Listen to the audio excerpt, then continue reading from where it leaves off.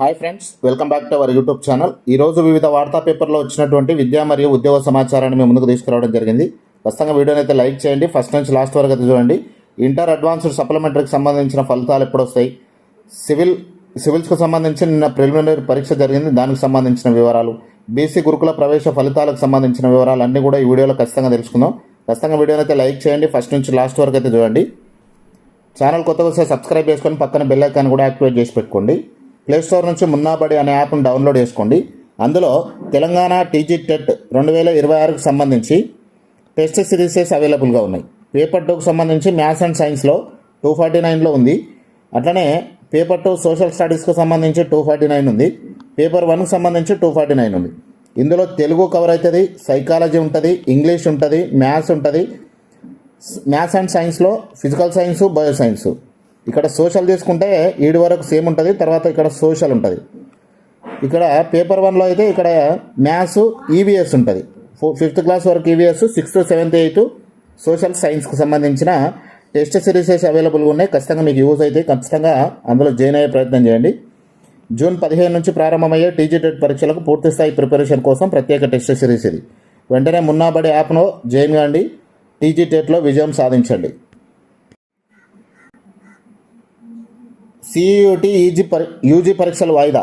ఈ నెల 28న జరగాల్సిన కామన్ యూనివర్సిటీ ఎంట్రన్స్ టెస్ట్ పరీక్ష వాయిదా వేస్తున్నట్టు నేషనల్ టెస్టింగ్ ఏజెన్సీ ప్రకటించింది. బక్రీద్ హాలిడే తేదీలో మార్పు కారణంగా ఈ నిర్ణయం తీసుకున్నారు. కొత్త తేదీలను త్వరలో ప్రకటిస్తామని పేర్కొన్నారు. ఈ ఏడాది 15,68,866 మంది కామన్ యూనివర్సిటీ ఎంట్రన్స్ టెస్ట్ యూజీకి సంబంధించి రిజిస్ట్రేషన్ చేసుకున్నారు. ఈ నెల 11న ప్రారంభమైన పరీక్షలు ఈ నెల 31 వరకు జరుగుతాయి. సజావుగా సివిల్స్ ప్రిలిమినరీ పరీక్షలు 67% మంది అభ్యర్థులు హాజరు. Union public service commission 2026 civil services ప్రాథమిక పరీక్షలను ఆదివారం విజయవంతంగా నిర్వహించింది.